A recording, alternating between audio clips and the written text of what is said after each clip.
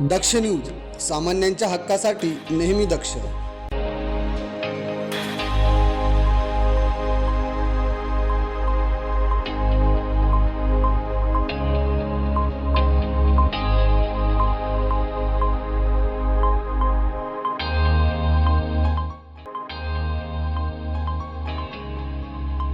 स्वामी समर्थ प्रकट दिनानिमित्त सिडकोतील पाटील नगर येथे भक्तिमय वातावरणाची अनुभूती पाहायला मिळाली. श्री स्वामी समर्थ आध्यात्मिक विकास व बाल संस्कार केंद्रात 351 किलो फळांची आकर्षक आणि देखणी सजावट साकारण्यात आली. परमपूज्य गुरुमाऊलींच्या आशीर्वादाने आणि युवा पिढीच्या प्रेरणेतून उभा राहिलेला हा उपक्रम भाविकांसाठी विशेष आकर्षक ठरला.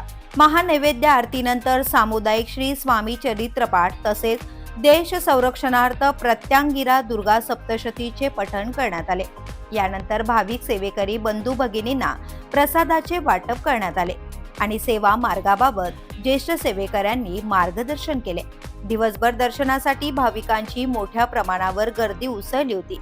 या भव्य सजावटीसाठी सर्व युवा स्वयंसेवकांनी घेतलेले परिश्रम विशेष उल्लेखनीय ठरले. श्रद्धा, सेवा आणि भक्तीचा सुंदर संगम असलेला हा सोहळा पाटील नगरमध्ये भक्तिमय उत्साहाने साजरा करण्यात आला. नमस्कार, आपण आहोत त्रिमूर्ती चौक पाटील नगर केंद्रात. आपण पाहू शकतो स्वामी समर्थ केंद्रात सकाळपासूनच भाविकांची रीक लागलेली होती.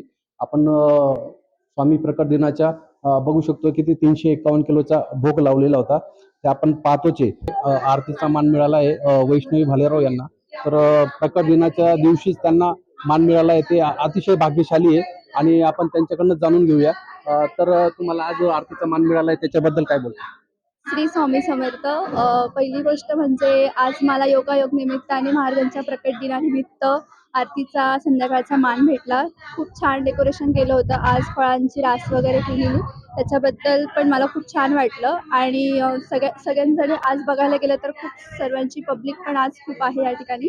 आणि ह्या पाटील नगरच्या केंद्रामध्ये दरवर्षीप्रमाणे वर्षातून 2 सप्ताह घेतले जातात आणि सप्ताहामध्ये पण खूप छान सेवा केली जाते सर्वांकडनं आणि दरवेळेस इथे येताना पण उत्साह येतो. श्री स्वामी समर्थ. मी वंदना उदय शुक्ल, पाटील नगर सेवेकरी केंद्र. आमच्या इथे आज भोपाळी आरतीपासूनच सकाळपासूनच खूप छान कार्यक्रम झाले. फळांची सजावट खूप छान झाली आणि नंतर 10:30च्या आरतीलाही खूप छान कार्यक्रम झालेत. स्वामी चरित्र झालं, दुर्गा सप्तशतीचा पाठ झालाय.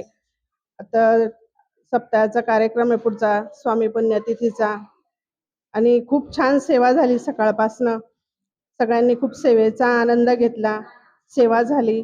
आणि आता पुण्यतिथीचा सप्ताह पण आहे महाराजांच्या 9 तारखेपासनं 9 एप्रिलपासनं. त्याच्यातही सगळ्यांनी सहभागी व्हा आणि आमच्या केंद्राचा कार्यक्रम खूप उत्साहाने खूप छान होतो. दरवर्षीप्रमाणे यंदाही खूप छान झाला. फळांची सजावट यावर्षी नवीन काहीतरी फळांची सजावट आहे. ते जमलो आहेत स्वामींच्या प्रकट दिनानिमित्त. दरवर्षी चैत्र द्वितीयेला गुढीपाडव्याच्या दुसऱ्या दिवशी म्हणजे आपला स्वामी प्रकट दिन असतो. तर स्वामी प्रकट दिनाच्या दिवशी दरवर्षी आपल्याकडे काहीतरी डेकोरेशनची नवीन संकल्पना आपल्याकडे असते. त्यामुळे यावेळेस सर्व युवा प्रतिनिधींच्या नियोजनाने आपण फळांची आरास करायचे ठरवलं. यामध्ये आपण विविध फळांची आरास केली. मध्ये आपण फोटो बघितला असेल, त्याच्यामध्ये आपण बऱ्याच फळांचा वापर केलाय आणि काहीतरी वेगळी संकल्पना म्हणून आपण डेकोरेशन करायचा प्रयत्न केलाय. तसेच दिवसभरात आपण स्वामी चरित्राची सेवा केली आणि तसेच राष्ट्र संरक्षणासाठी परमपूज्य गुरुमाऊलींच्या आशीर्वादाने आपण दुर्गा सप्तशतीचे पाठ देखील केंद्रात करून घेतलेले आहेत.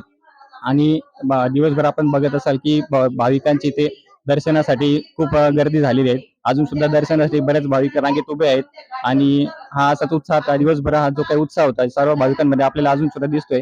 आणि दरवर्षी याच उत्साह कार्यक्रम साजरे होतात. तसेच आपल्याला सांगण्यात आनंद होतो की पुढच्याच येत्या महिन्यामध्ये आपल्याकडे सप्ताह येतोय. स्वामी पुण्यतिथी निमित्त सप्ताह असणार आहे.